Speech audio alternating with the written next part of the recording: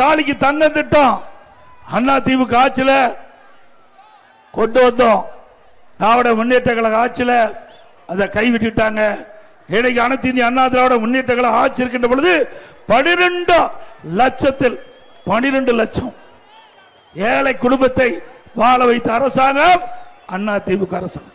12 லட்சம் இருக்கின்ற நம்முடைய பெண்களுக்கு திருமண வயது அடைகின்ற பொழுது அந்த திருமணம் தடைபடாமல் நடைபெற என்பதற்காக திருமண உதவி திட்டத்தில் 25,000 50,000 நிதி கொடுக்கப்பட்டது.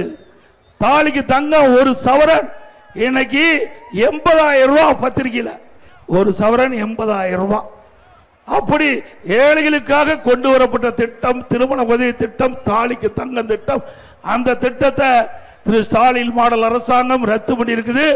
மீண்டும் அதிமுக ஆட்சி அடுத்த ஆண்டு நடைபெறும் தேர்தல் மூலமாக வெற்றி பெற்று ஆட்சி அமைக்கின்ற பொழுது இந்த திருமண உதவி திட்டம், தாலிக்கு தங்க திட்டம் தொடரும், நடைமுறைப்படுத்துவோம். அது மட்டுமல்ல, இந்த திட்டத்தின் மூலமாக பயன்பெறுகின்ற மணமகளுக்கு பட்டு சேலை வழங்கப்படும், மணமகனுக்கு பட்டு வேஷ்டி கொடுக்கப்படும்.